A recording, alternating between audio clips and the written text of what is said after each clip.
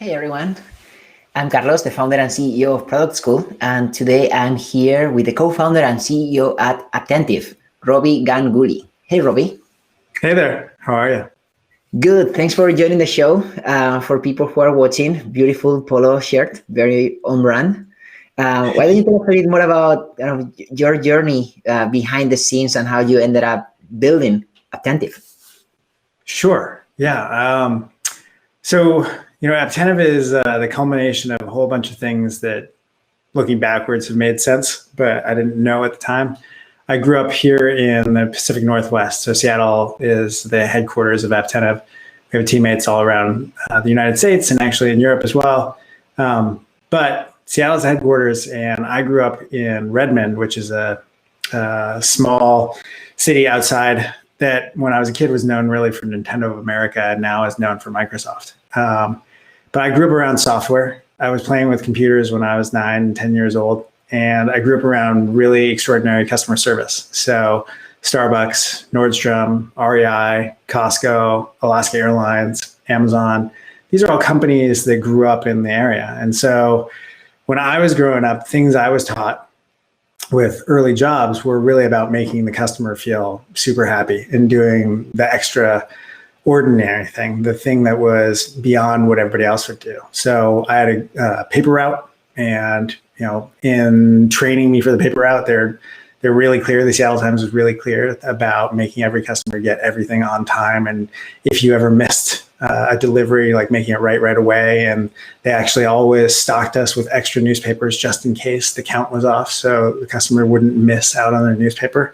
And then I got a store job doing like bag boy work at a grocery store. So they taught us you take the bag out for everybody. And it doesn't matter if it's like 2 things in your groceries or 20 things in your cart, you take it out for everybody.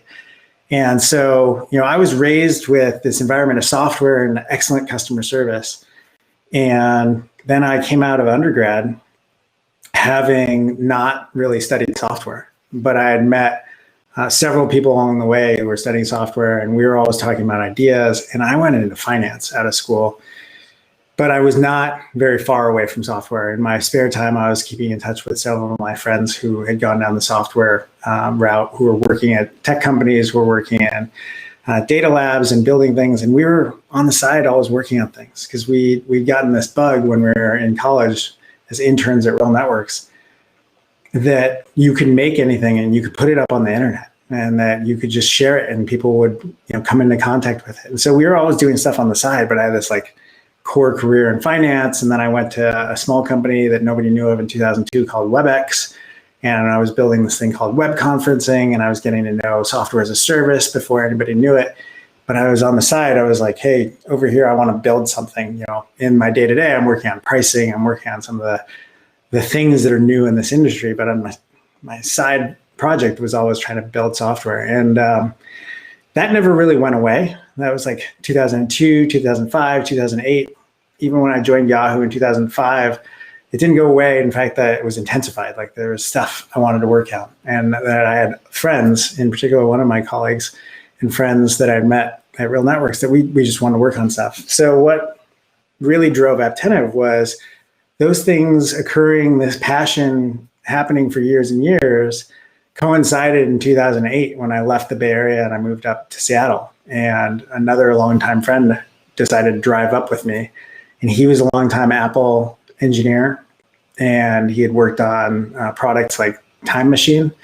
And he had left Apple in 2008 to work on a mobile app. So we drove for 16 hours from San Francisco to Seattle, and we were just talking about, we both left our big companies. We had these future dreams of building software for people, and he was building some apps, and he was getting real traction in 2008. And that was really like the unlock. We started to say, wow, what you're seeing with apps is really interesting. And it's 2008, so we knew it was early. And by the time we got to Seattle after that drive, that confluence of customer service and software and like really connecting the dots on helping people get a better experience, we had come to the conclusion that there was an opportunity that in mobile, because it was so personal, because the device is with you all the time, that really large companies could start to see this as an opportunity to collect feedback to connect with customers and to do it in a way where the customer was actually answering back, that it wasn't just about messages sent. And that germ then turned into a conversation we had 2 nights later with Mike, our third co-founder. And that really started the ball rolling. It was all that stuff coming together over the course of years. And then just one drive and one long conversation led to, we should really actually do something. We should build something. And I'm thinking right now, so you said 2008, you were thinking about mobile. What was the mobile or smartphone landscape at that time? Yeah, so 2007, the iPhone comes out. June of 2008, the App Store is launched, right? And so we're about to come up on its anniversary, and DubDub is just a few weeks away. I know all my friends at Apple are working really hard to get ready for WWDC.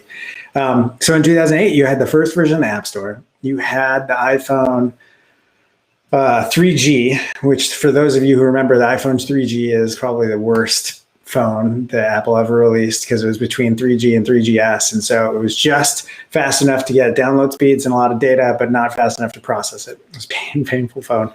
And we were just starting to see Windows phones and just starting to see Android phones. So at that point in time, we had effectively 5 big players. We had Apple as the small upstart. We had Microsoft with an ecosystem of hardware manufacturers. We had BlackBerry, which is the entrenched provider. And then you had Nokia trying to figure out what it was going to do around the space. But this was well before Microsoft and Nokia came together. And then you had Samsung out there trying to figure out what they're doing. So like as a result, we knew that there were going to be at least 2 platforms, but we didn't know which ones. We were pretty sure there was going to be Apple and somebody else. Okay, so you had this idea with your friend in the car, 2008, when mobile was emerging. Now we're in 2021. Give us a status update on Apptentive today. Yeah, and that's a really cool way of asking that. So we started out with this idea that mobile was going to be ubiquitous. We were really motivated by the idea that it's the most personal device that people are going to own, and that as a result, companies can get way more personal.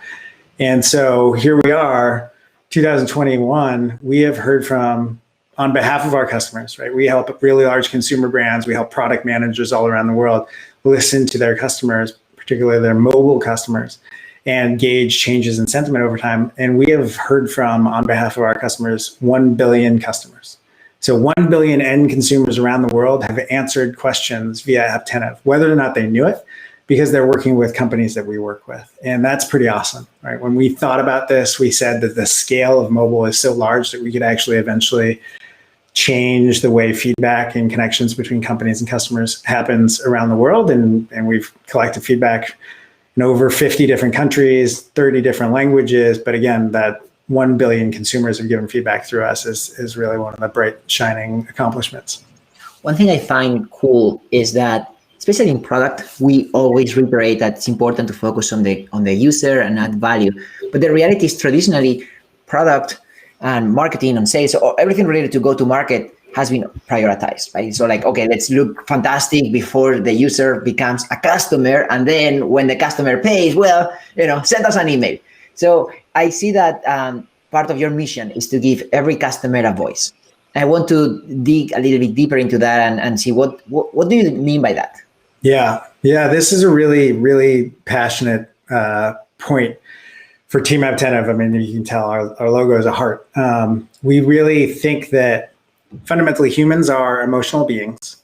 Like we like to think of ourselves as super logical, but a lot of our decision making is fundamentally before we process it. It's emotional. It's on how you feel, whether or not you're safe, or if you're in a great mood, or you're frustrated or on the run. Like these are all things that matter to our decision making. And from the way that we saw the world unfolding and our experiences at companies like Apple, Microsoft, Yahoo, WebEx, Graystripe, we saw a lot of companies that said that the digital tools that we have built are most powerful sending more and more messages out. And we thought, okay, I understand why people do this, but it's not the sum total of the relationship that humans have. So if you and I are going to talk and all I do is talk at you and you don't bring your voice to it, it's not really a conversation, it's not a dialogue. And yet all of these companies who are running towards digital channels think, well, I can send lots of messages. That must be the point of the channel. And our view was, but the customer has to have a voice. If you really want this to be communication, the customer has to be able to talk. And it's not just send me a note from a no reply at email address and then expect me to go find your 1-800 number and call you. And that's, you've given me a voice. It's make it way, way, way, way easier. So our point of view, and the reason that we've gotten to helping 1 billion consumers use their voice, but it's still not enough, is we have gone into company after company after company and tried to help them understand why it's valuable to proactively reach out to people before they tell you there's a problem. Why it's important to check in with customers on a regular basis because their experience changes. Why it's important to design experiences that actually collect feedback, not just about what people are doing, but why they're doing it and how they feel. And so that's where really giving everybody a voice comes in for us, is this notion that the digital channel is super powerful, but you've got to have both sides. You can talk, but you should listen. And through that lens, the more we can push forward listening proactively, the better we're doing. I remember back in the day when push notifications came up, everything was like, oh my God, let's send more push notifications, more about driving top of the funnel growth. And the retention was more of an afterthought, right? And now we're totally seeing how more PMs, especially our product-driven companies, are appreciating what it is to really connect with the customer. So I want to learn more about that for a PM. Like most of the people who join our community are product managers. And I'm sure some of them use your product. But how can someone whose full-time job is not only to talk with customers can really carve some time to get some of those insights and make them part of their iterative process? Yeah, I think that the PM role is so challenging because you have to navigate so many different stakeholders. So you have the engineers that are doing the work that you want to make sure you understand the constraints and the things that are realistic and the timeframes. You've got maybe your marketing team that's saying, hey, what's going on? We need to actually go meet this competitor's requirements, or our core persona is asking for X and you're delivering Y. You've got maybe the C-suite saying, hey, product, execute on these things that we see from the overall market, or hey, the least favorite thing in mobile, Apple just announced something, we better go do it right now. All of those weights on the shoulders of a PM can mean that being successful at the job feels impossible, or that being successful in the job means just do the things that the people who are most senior to us tell us to do. So at least we'll have advanced that.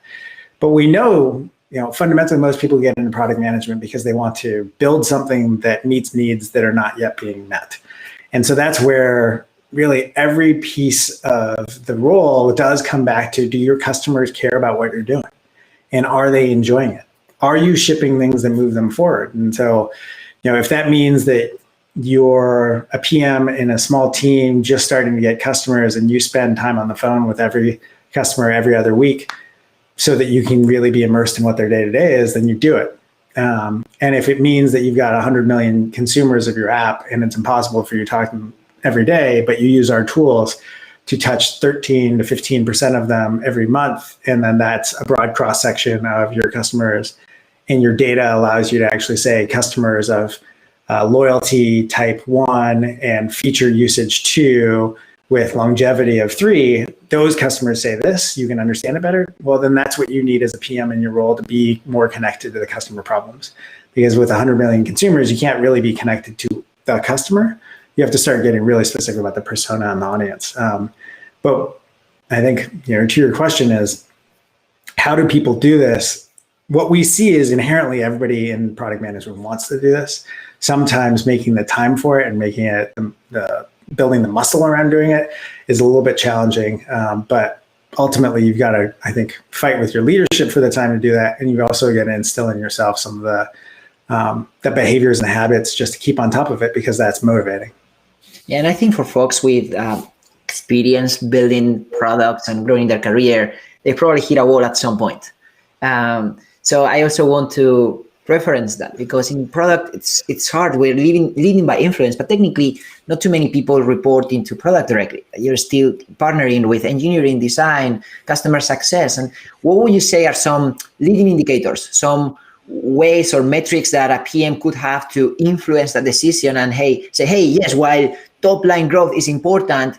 Here's a few numbers that are, letting us know that we need to make a decision. Otherwise, it's going to catch up with us later.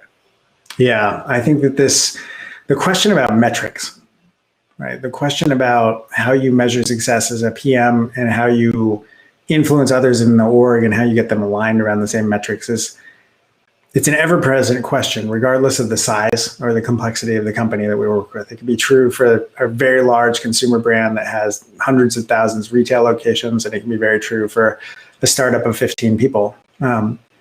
What we see is really successful product teams are able to connect the company goals to the metrics they're trying to drive towards.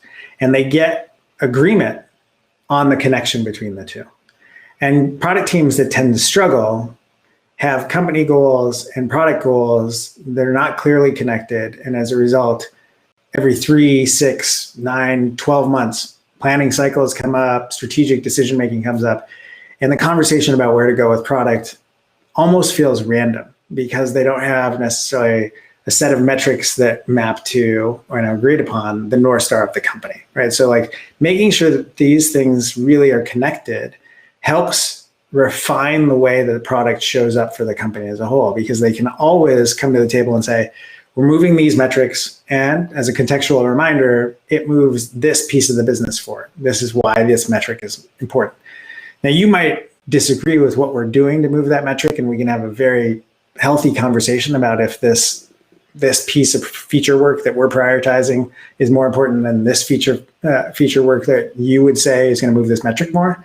But a lot of times the conversations that product finds themselves in are, we have a feature, we have some capabilities, we're investing, we're moving what we think is important to our metrics. And then somebody else says, you should do this other thing, it's more important. And we can't have a dialogue about why it's more important. We can't have a dialogue about what's different about it because the metrics are different that we're talking about.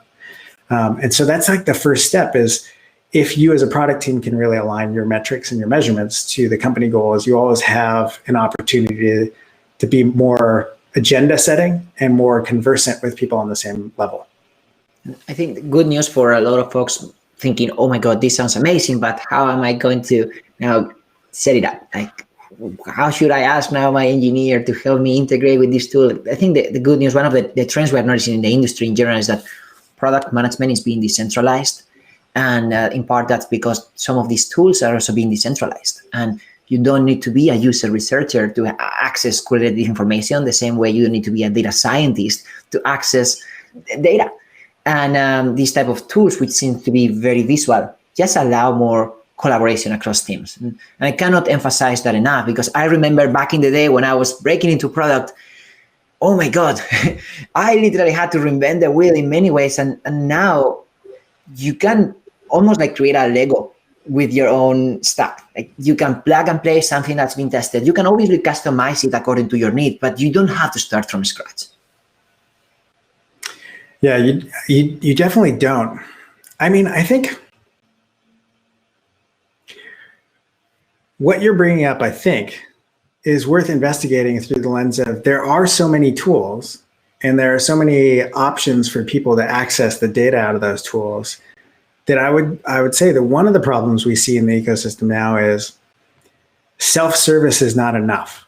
What do I mean by that? I mean, if you're a product manager and you exist in an organization that has multiple teams responsible for the agendas that you're driving forward, and you say, well, I publish my data, or my data is available in this tool. Like, you've got to log into Apptentive. You can go see the customer feedback and you can see what's prioritized and how people are doing it. Just because the people on your team or in those other pieces of the organization could, doesn't mean that they do. And so what I see sometimes is, hey, there's a lot of data available, but then the job of the PM is still to contextualize and present the data in a way that for the audience, it resonates and that they inherit that framework and say, yeah, I buy into it and I can repeat it back to you. So what we see a lot of times, unfortunately, is that disconnect, that the product team says, oh, we look at this every week. We're totally familiar with how the dashboards work. We're completely familiar with what we take that is real information and what we discount because we see it a lot, right? Like those kinds of choices that you do on a day-to-day basis when you live in it. But that doesn't mean that the audience that we need to convince that this is important is as facile with the data. It doesn't mean that they log into the dashboards when we tell them to. It doesn't mean that they interpret the reports and the data the way we think they should.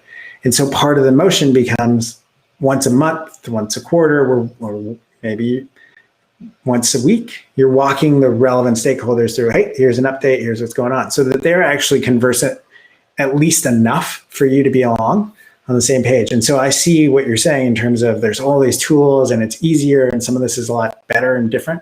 But I also see the way that that presents more challenges for product teams, because now you have to navigate a different challenge. It's not just, hey, can we get the data? It's, are you going to look at it and can we agree on what data we're using?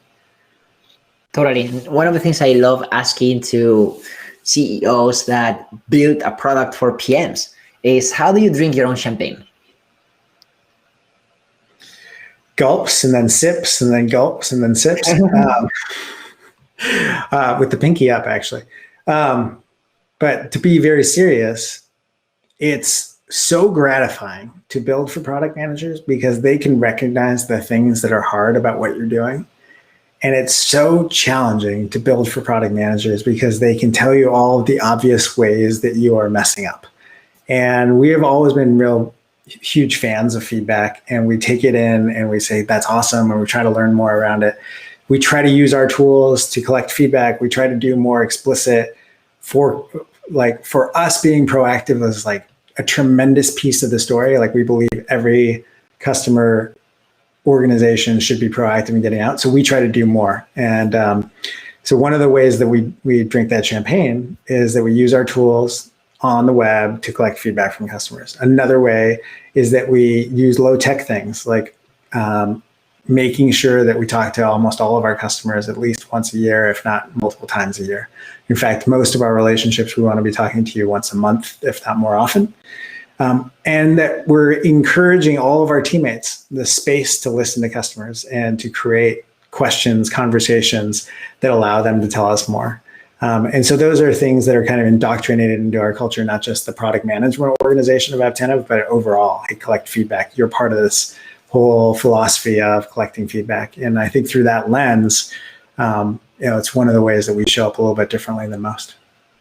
Like that, I agree with you. It's a mindset. It's not just part of a specific team. And I think creating that type of motion for everybody to share and collect feedback, it's a way to grow. And now I want to ask you about you personally, how you are growing. You pretty much built the first person. You've been building and growing your company for a very long time. So as a CEO today, what has changed and how do you keep up with everything? I think the first answer is I don't try to keep up with everything. I think that any person in product knows that you have to prioritize, right? Like if you have 18 things you want to get done, you probably won't get any of them done. You've got to really focus on the big things. So what's changed for me is when we were 5 people, I was really day-to-day product management. I was day-to-day marketing, go-to-market and sales. Those roles have changed.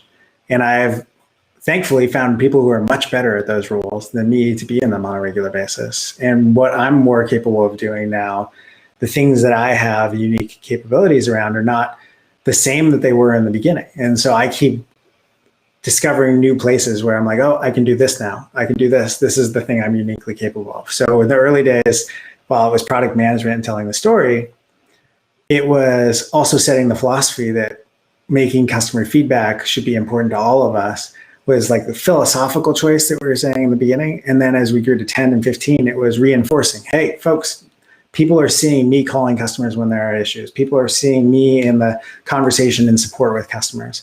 And then when we get to 30, that it's not just about, hey, showing that, but it's also when you onboard the team. We do a thing called the Founders Talk. When you join the team in the first month, we walk you through all of our values and we talk about what it looks like to show up for customers and what it looks like to do one of our values, deliver customer love. And that's a piece of things that I can do uniquely. I could say, hey, from CEO on down, we're going to show up this way for customers. And now I have the opportunity to talk to more people because we've been around for a while and the company has been successful. I get to talk to you. I get to talk to this awesome audience of product managers and I get to go meet our customers. And those are things I get to do as a result of my role. And I would say every time I take on a new capability or a new role that I didn't have before, I'm not very good at it. But what I am pretty good at is learning. I'm pretty good at taking some feedback and trying to get better at it. And that's something that's kind of kept me more on the path I would like to be than anything else. Love that you mentioned learning. I'm very passionate about lifelong learning as well.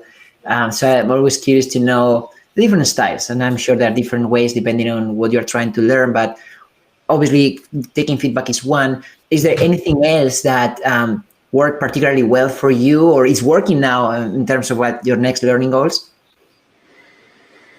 I'm a very read it, execute it, practice it kind of learner. Like I grew up, like I said, in Redmond, and Redmond had an awesome public library. And I'm a huge fan of public libraries as a result of this. Like I like to read. I grew up as a kid being obsessed with books and reading a ton of them. And it was just a huge part of my early identity. And so for me, if I need to go into a new area, it's like, what books, what blogs, what am I going to read and listen to? Sometimes now it's which audiobooks or which podcasts, but I still, I'm like, I love pulling out my Kindle and reading really quickly. And that's a place where I'll go really deep. And then if I can, I want to get into doing it. And so what I will give you, like kind of like tangential, but related, is I like to cook. I love to cook. And over the past 6 years, I've gotten really into smoking meat in particular, like long, slow barbecue. And so I read a lot. I've got a bunch of cookbooks, but I also do it a lot. And the more I do it, the more I pick up on techniques and tips and tricks. And the more I do it, the more I have to share with other people who are good. And then that community builds. And it feels similar to software, but it's so tactically different with such a different time frame. Like I can start a meal today and be done tomorrow if I'm making barbecue, whereas I could start a software project today and never be done. That's a place where I also get to execute on that practice mentality, and it's pretty cool. Totally, and it's hands-on. That's something you cannot really delegate much. Totally, 100%. But honestly, the pattern that I take out of that, and I talk with their founders and product leaders, is that curiosity for learning something and not stopping there. And yes, reading or doing or talking, like doing whatever it takes until you somehow get good at it, right? And I think that can apply to so many things in life. So anyway, just to wrap up, I want to ask you a futuristic question. Like how, for people who are out there thinking about, okay, I like building digital products. What would you say is something that could serve them well to try to go from 0 to 1? I'm not talking about starting an entire company, but just to get their hands dirty and put something on the internet. Yeah, I mean, if you are trying to go from I have an idea to let me just get it out there and play with it, and you're stuck. Number one piece of advice I can give you is that really you're only stuck because of yourself, right? Like your mind is holding you back. If you are capable of building some software as small or as tiny as it could be, and then putting it out for the world to interact with, whether it's 2 friends or you've got a mailing list of 100,000, just getting it out there is that first obstacle that you have to overcome. And that obstacle is more about you than anything else. And I think for a lot of people that I've admired from afar, some of whom I've gotten to know, they all say the basic same thing, which is, I'm lazy too, right? I beat myself up too.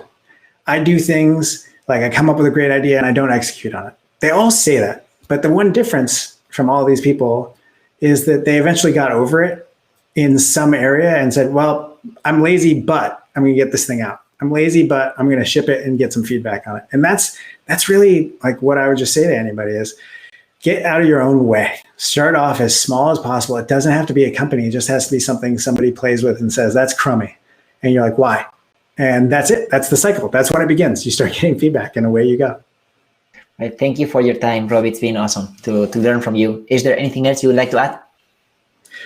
No, I mean, I think I am super passionate about customer relationships and customer feedback, and I think that this is a hard problem to solve. So if you want to talk to me at all about it, I'm on LinkedIn, Robi Ganguly, happy to chat and connect. I'm on Twitter at @rganguly, and our company, Apptentive, is clearly super focused on helping billions of consumers give their feedback. So we have a lot to say on it, but I want to thank you for what you're doing with Product School. I think this makes it more accessible for everybody around the world to build better products, and that's fantastic. So I appreciate you. Well, thank you so much for giving back to the community. Take care. Oh, my pleasure.